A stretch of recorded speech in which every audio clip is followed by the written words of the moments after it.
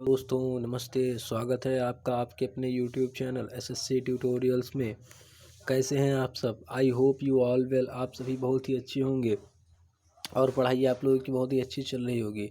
Friends, आज हम हिंदी में टॉपिक कवर करने वाले हैं वर्णमाला को। इस टॉपिक से आप देख सकते हैं प्रीवियस ईयर में हर एग्ज़ाम्स में हिंदी के टॉपिक में हिंदी के वर्णमाला टॉपिक से हमेशा क्वेश्चंस बनते हैं और बहुत ज़्यादा क्वेश्चंस बनते हैं। ये बहुत ही इम्पोर्टेंट टॉपिक है। सारे टॉपिक्स में सबसे ज़्यादा इम्पोर्टेंट टॉपिक्स है फ्रेंड्स। आप देख सकते हैं प्रीवियस ईयर क्वेश्चन सेट को। सो फ्रेंड्स, आज हम इस टॉपिक को कवर कर लेंगे और आगे हमें इससे कोई प्रॉब्लम होगी नहीं। इस टॉपिक से हमें अच्छे से हम इसको पढ़ाई करेंगे आज।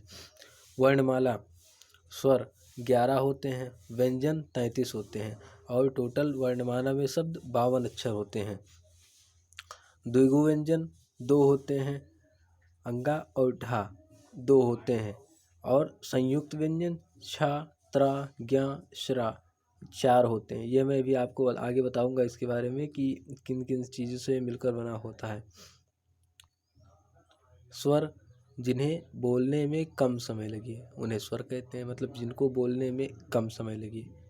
जैसे आ, ई, ऊ, री, ये तुरंत निकल जाता है मुँह से कि मतलब आसानी से इसको हम बोल सकते हैं। और दीर्घ स्वर क्या है? दीर्घ का मतलब ये होता है कि जिनमें ज़्यादा समय लगे, तो जिन्हें बोलने में अधिक समय लगे उनको दीर्घ स्वर कहते हैं। जैसे आ, ई, ऊ, से बड़ा आ, बड़ी ई, बड़ा ऊ, तो इन्हें दीर्घ स्वर कहते हैं। अब प्लुत स्वर क्या होता है? प्लुत स्वर जिसकी आवृत्ति बहुत ही लंबी हो जाए, टाइम लगे जिसको बोलते हैं। जैसे ध्वनि की आवृत्ति लगातार बढ़ती जाए, जैसे राम, ओम, तो इसमें क्या हो रहा है? टाइम लग रहा है, तो इसको प्लुत स्वर बोलते हैं। अब फ्रेंड्स, मुख खोलने के आधार पर स्वरों का वर्गीकरण, मुख खोलने के आधार पर स्वरों का वर्गीकरण किया गया है कि कम मुख खोलने से कौन सा शब्द निकलता है, ज़्यादा मुख खोलने पे कौन सा शब्द निकलता है, इसका वर्गीकरण किया गया। तो इसको पहला विवृत स्वर कहते हैं। ओपन माउथ, मुख खोलने से जिन स्वरों का उच्चारण पूरा मुंह खुला रहता है, पूरा मुंह खुल जाता है। तो बड़ा आप बोल के देख लीजिए खुद ही, तो पूरा मुंह खुल जाता है। अब हाफ ओपन अर्ध विवृत स्वर, मतलब जिसमें आधा ही मुंह खुले, जैसे आ, ए, औ, आ, इसमें आधा ही खोल देते हैं मुंह, तो भी हमारा शब्द बिल्कुल क्लियर सुनाई पड़ जाता है। और इसमें विवृत में जब तक पूरा मुंह नहीं खोलते हैं तब तक ये छोटा आ ही सुनाई पड़ेगा अगर आधा ही खोलेंगे तो। और बड़ा जब तक खोलते नहीं तब तक बड़ा खोल देते हैं तो ये बड़ा हो जाता है। अब अर्ध संवृत स्वर क्या है? हाफ क्लोज, मतलब आधा मुंह बंद रहे, इसको समझते हैं। आधा मुख बंद रहे, वही लिखा है। एग्जाम्पल ए, ओ, इसको आप ऐसे समझ लीजिए ओ ए। ओ ए जल्दी दिमाग में क्लिक करेगा। ओ ए अर्ध संवृत, मतलब आधा मुख खुला रहे। अब जीवा, मतलब जीव के द्वारा स्वर, जो जीभ से निकले। अग्र, पहला अग्र स्वर ई, ए, तो इसकी संख्या 4 होती है। ये जीभ के द्वारा बोले जाते हैं। इसकी ट्रिक है अग्रीय आप लर्न कर लीजिए तो आपको क्लिक करेगा कि हाँ ये क्या है? अग्र स्वर है। तो सेकंड है मध्य स्वर। मध्य स्वर क्या होता है कि बीच वाला, इसकी संख्या 1 होती है। मध्य स्वर आ।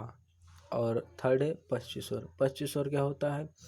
बड़ा आ, छोटा ऊ, बड़ा ऊ और ओ, औ। अभी देख लीजिए फ्रेंड्स इसको समझने का तरीका। जैसे मध्य में तो हमारा छोटा आ गया, अब उसके बाद में पश्च में आ गया बड़ा आ, छोटा ऊ, बड़ा ऊ, ओ। और अग्र में क्या आ गया? छोटी ई, बड़ी ई, ए और ऐ। तो मतलब कि आप ये इस वाले मतलब इनमें से किसी एक को ही याद कर लीजिए तो आपको तीनों क्लियर हो जाए। किसी एक को ही याद करना है सिर्फ, या तो आप अग्र को याद कर लीजिए या आप पश्च को याद कर लीजिए। मध्य वाला तो वैसे ही याद ही हो गया होगा अभी आपको। थर्ड है ये है, अगला देख लीजिए नेक्स्ट, अयोग वाह। अयोग वाह क्या होता है? ये होता है अंग और आहा, इसको मिलाने से हमारा जो स्वर होता है वो 13 हो जाता है। स्वरों की संख्या हमारी 13 हो जाती है। बताते हैं इसको आगे हम। हिंदी वर्णमाला में इनकी संख्या 2 होती है। अंग और आह ये 2 होते हैं।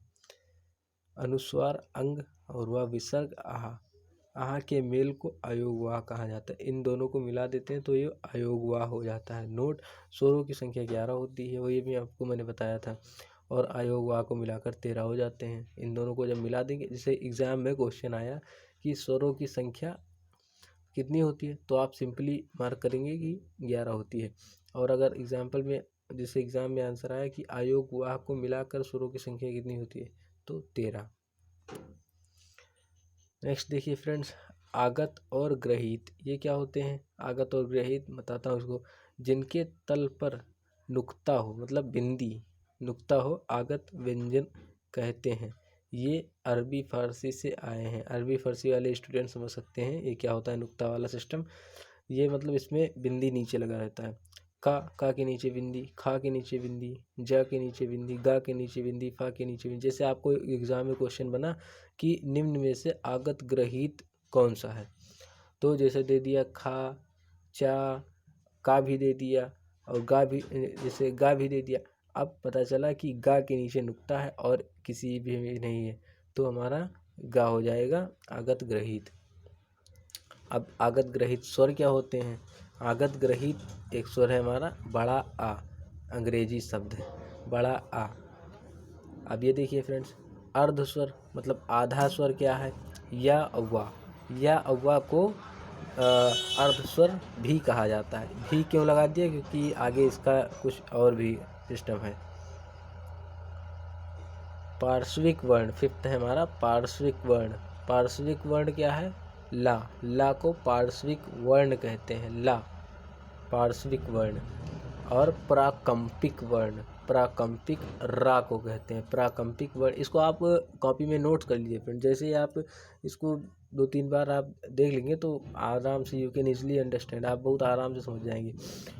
और द्विविया युग्मक क्या होता है? जिसमें दिल्ली, कच्चा, प्रसन्न, मतलब कि जैसे मान लीजिए कि आपको एग्जाम में क्वेश्चन आया निम्न में से कौन सा द्विविया युग्मक है, तो उसमें दे दिया दिया और कमल, और दे दिया तिल्ली, या दे दिया रंग, तो इसका आंसर क्या होगा?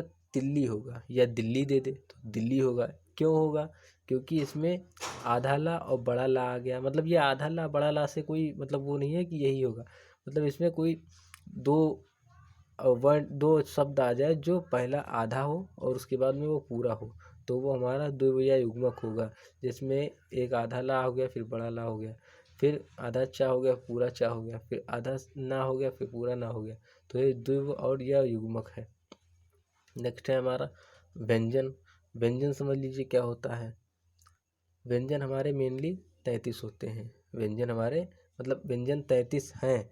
और स्पर्श व्यंजन क्या होते हैं? स्पर्श व्यंजन 25 होते हैं, जिसमें का से लेकर पा तक होता है। इसका एक ट्रिक भी है फ्रेंड्स, का, चा, टा, ता, पा।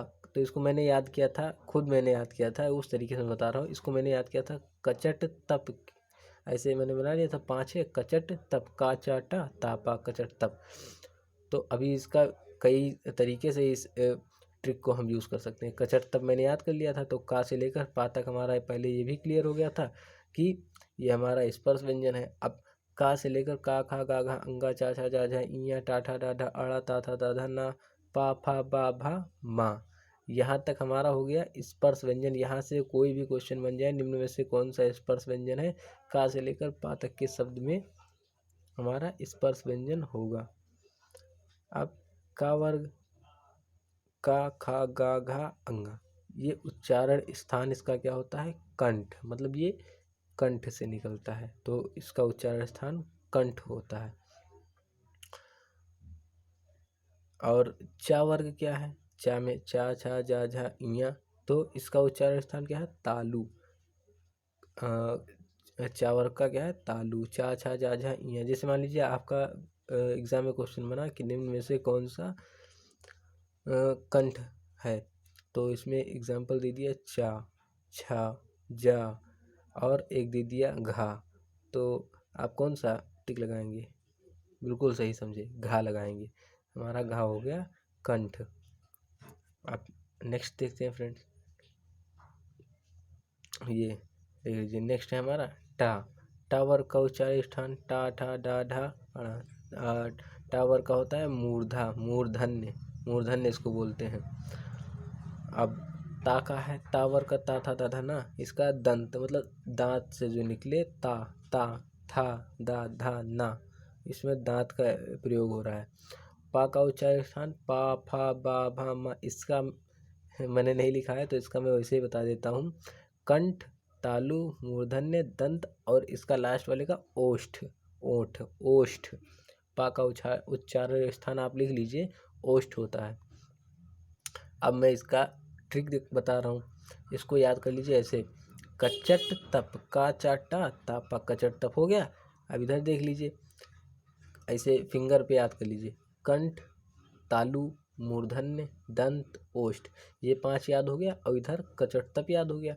आप कहीं भी आ जाए एग्जाम्पल में कि निम्न में से कौन सा दंत का एग्जाम्पल है, दंत का उदाहरण, तो आप बता देंगे कि ता है, था है, धा है, ना है।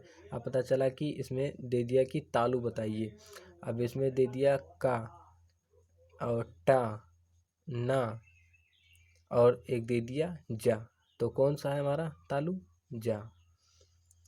इसी तरीके से सिर्फ इतने पार्ट से ही बहुत सारे क्वेश्चन बन जाते हैं फ्रेंड्स, क्योंकि ये थोड़ा बहुत लोगों को नहीं समझ में आता है, जल्दी बहुत भूल जाते हैं इसीलिए। अब ये देखिए अंतस्थ व्यंजन, इसका मैंने बताया था कि भी इसका या वा का भी आगे एग्जाम होगा तो इसीलिए भी लगा था उसमें, तो ये समझ लीजिए ये अंतस्थ व्यंजन है, या रा ला वा, ये है अंतस्थ व्यंजन। अंतस्थ व्यंजन का एग्जाम्पल या रा ला वा। जैसे निम्न में से एग्जाम्पल इससे क्वेश्चन बनता है, निम्न में से कौन सा अंतस्थ व्यंजन है, तो या रा ला वा। बहुत सारे आपको कन्फ्यूज़न क्रिएट करने के लिए दे देगा, का गा मा या भी दे देगा, तब इसका हमारा आंसर हो जाएगा या रा दे दे तो रा हो जाएगा, ला दे दे ला हो जाएगा, वा दे दे वाह हो जाएगा। ऊष्म व्यंजन क्या है, जिसको बोलने में ऊष्मा ऐसा प्रतीत हो कि ऊष्मा निकल रहा है, तो शा सा हा, ये हमारा क्या है, ऊष्म व्यंजन है। अब थर्ड है हमारा संयुक्त व्यंजन, इसके बारे में मैंने भी आपको बताया था कि आगे आपको बताता हूँ इसके बारे में। तो शा त्रा ज्ञा और श्रा, छा त्रा ज्ञा श्रा, का और शा को मिला के छा बना, त्रा तारा को मिला के त्रा बना, ज्ञा जा या को मिला के ज्ञा बना, श्रा शा और रा को मिला के श्रा बना। ये क्वेश्चन बनता है फ्रेंड्स एग्जाम में कि त्रा कैसे बनेगा, तो कई तरीके का कन्फ्यूज़न क्रिएट करने के लिए कई तरीके का बता देगा, आपको लगेगा कि अरे ये तो सारा सही लग रहा है, लेकिन जो पढ़े होते हैं उनको पता हो जाता है कि ता और रा को मिला के त्रा बनता है। अब ये देखिए बहुत ही बेहतरीन टॉपिक है, इसी का है अल्प प्राण और महाप्राण। बहुत लोग सोचते हैं अलग से इसको पढ़ने, अलग से नहीं, इसी से ही जुड़ा हुआ है। अल्प प्राण महाप्राण मतलब ज़्यादा महाप्राण कम अल्प प्राण, ये क्या है फ्रेंड्स, अभी बताते हैं आपको। हर एक वर्ग का, अभी देखिए सभी अंतस्थ व्यंजन अल्प प्राण होते हैं, सभी अंतस्थ व्यंजन अल्प प्राण होते हैं। अंतस्थ व्यंजन क्या था, या रा ला वा, तो ये हमारे क्या होते हैं, अल्प प्राण, अंतस्थ व्यंजन अल्प प्राण होते हैं। अब ये देखिए इसमें फ्रेंड्स, ये इसमें ये 1 3 5 ये हमारी ट्रिक है, इसको ट्रिक से याद करेंगे। जैसे हमारा, जैसे ये देख लीजिए, महाप्राण, मुख से ज़्यादा हवा निकले और ज़्यादा देर तक हवा निकले महाप्राण कहते हैं, प्लस ऊष्म व्यंजन भी, उसको ऊष्म व्यंजन भी कहते हैं। जैसे महाप्राण का एग्जाम्पल देख लीजिए, खा और घा। अब देखिए इसमें जैसे खा और घा आपने देख लिया, तो सेकंड और फोर्थ हमारा क्या हो गया, वो महाप्राण हो गया, और फर्स्ट थर्ड फिफ्थ का गा और अंगा ये हमारा क्या हो गया, अल्प प्राण हो गया। तो इसी के नीचे से आप याद कर लीजिए, जैसे का चा टा ता पा, तो ये हमारा सारा अल्प प्राण हो गया। गा जा अंगा अड़ा धा वा, ये सारा हमारा क्या हो गया, अल्प प्राण। और इसी तरीके से डा या ढा मा, ये सारा हमारा क्या हो गया, अल्प प्राण हो गया। ये महाप्राण को मैंने समझा दिया, का खा गा घा अंगा, तो ये सारा हो गया हमारा महाप्राण। जैसे खा और घा हमारा हो गया महाप्राण, खा घा और अंगा हमारा हो गया, वो खा और घा हो गया हमारा महाप्राण। धन्यवाद फ्रेंड्स। वीडियो आपको कैसा लगा कमेंट्स में ज़रूर बताएं। गलती हुई हो मुझसे तो उसके लिए सॉरी फ्रेंड्स। आप समझदार हैं, आप उसको सही कर लीजिएगा फ्रेंड्स। कोई गलती हुई हो तो उसके लिए सॉरी। और फ्रेंड्स वीडियो अच्छा लगा हो तो प्लीज़ फ्रेंड्स चैनल को सब्सक्राइब करें। धन्यवाद फ्रेंड्स।